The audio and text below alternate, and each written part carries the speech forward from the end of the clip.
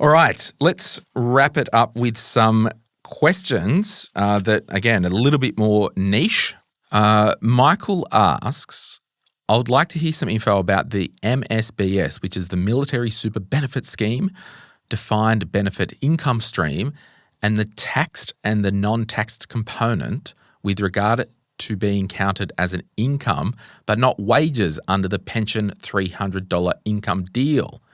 As a part of that question, where does that put filling in a tax return with the income from the age pension and the income from the non-taxed MSBS income stream? I imagine this question may have relevance to both military and public service versions of defined benefit income streams, and both were accrued by the government paying them into the relevant scheme untaxed. What I might do as well, I might just say last week's episode 426, I talked with a financial advisor in Canberra who specialises in defence personnel, and we've talked about a lot of this stuff. But what do you first want to say to Michael's question? So for those who don't know, we'll quickly say that a defined benefit pension is where, as one of the great-grandfathers of the Australian superannuation scheme, where you've put the money in with, or your employers put the money in, and when you retire, you hand over the whole lot to the government or to old businesses like big banks and all sorts of things also had them. You hand over the lump sum and they, as a trade-off, give you an indexed pension for the rest of your life. So you get this payment every fortnight forever.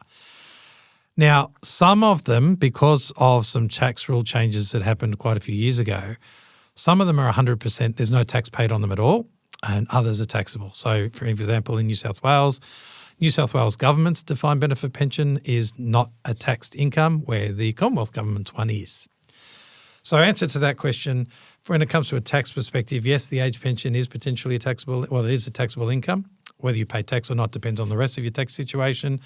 If your defined benefit pension is not a taxable income, then the age pension alone wouldn't warrant you have to pay any tax. If it is a taxable income, then you're going to add them together, same as any other source of taxable income. How do we look at income from a defined benefit pension, which is ultimately what this question is about? And that's where this question about the taxed and untaxed components come in. So during the lifetime that you've had this thing, you've been putting money into it.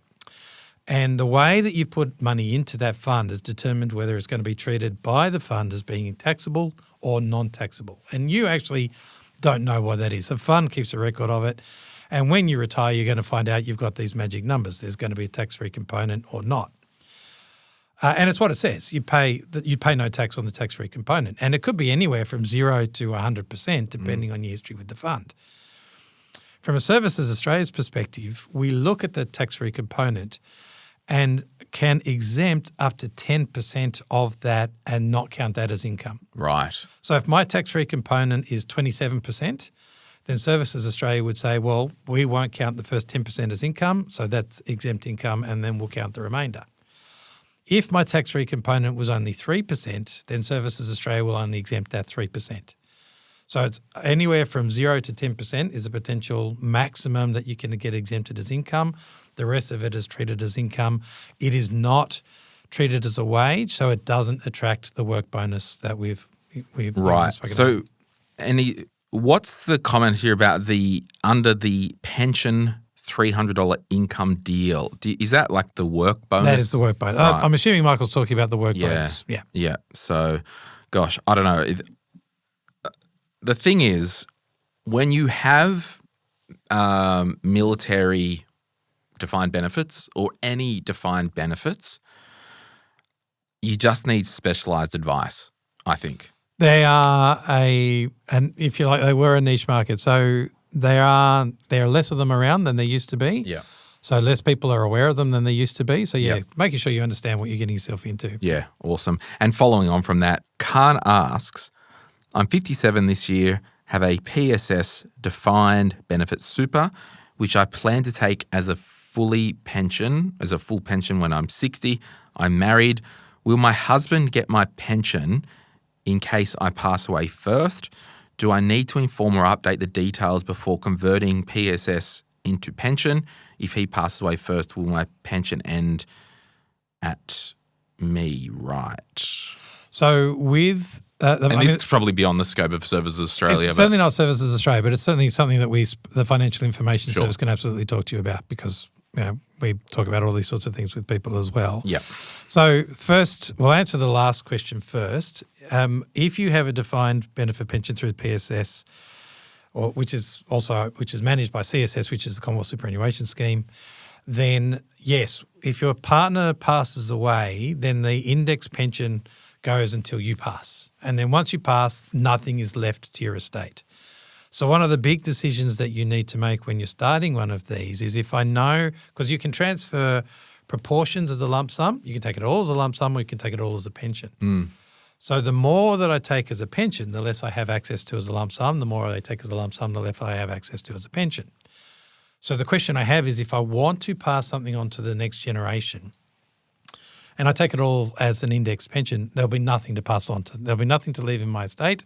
There'll be nothing to pass on.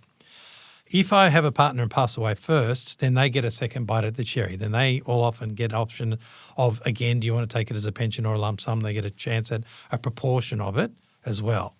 So if I'm on a defined benefit pension and I pass, my partner gets a chance to have a shot at it.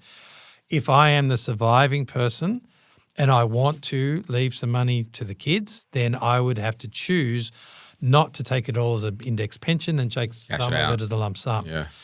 From a Services Australia's perspective, anything I don't take as a pension is going to be somewhere. I'm going to move it out of PSS. I can't keep it there. So I've now again moved what we don't count, because with defined benefit pensions there is no assets test component to it. If I choose to take it as a lump sum, I've made an asset, so I need to work that out from how that interacts with the income test and the pension. And again, what Financial Information Service can help. PSS and CSS, they're great people to speak to as well. They're very, very helpful, and their website is great to play with. So I really recommend you have a chat with them too.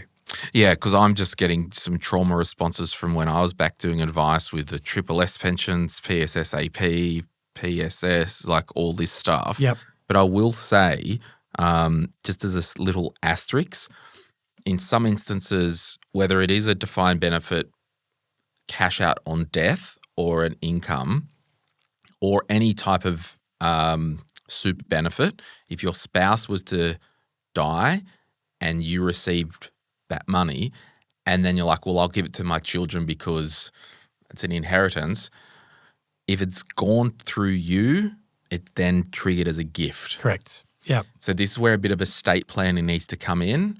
If you want to give it to an adult child, can that adult child be a beneficiary on the super account or the pension? Not sure. Or does it need to go through the estate?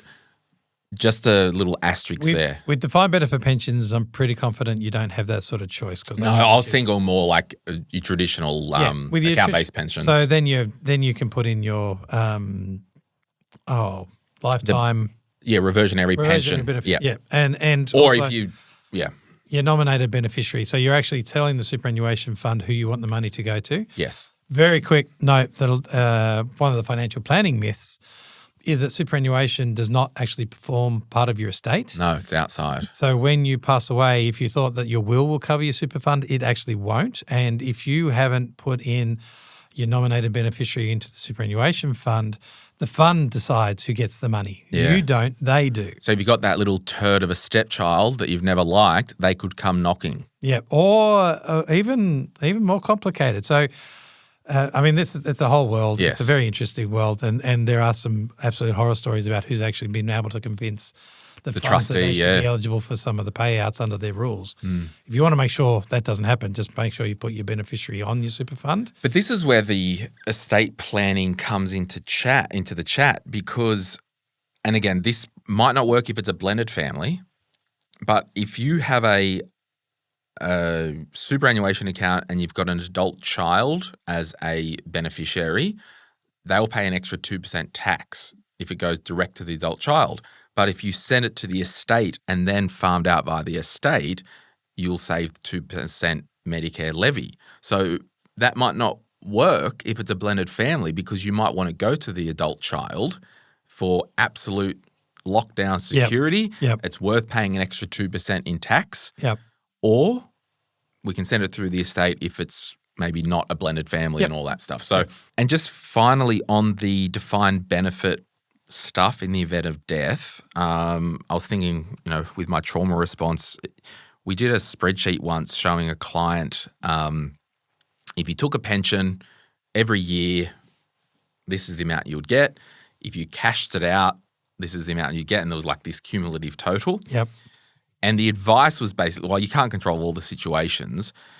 Look, if you've got a terminal diagnosis and you probably have a couple of years to live, depending on the numbers in the scheme, it may be worth sacrificing and cashing that lump sum out to the estate. Yep.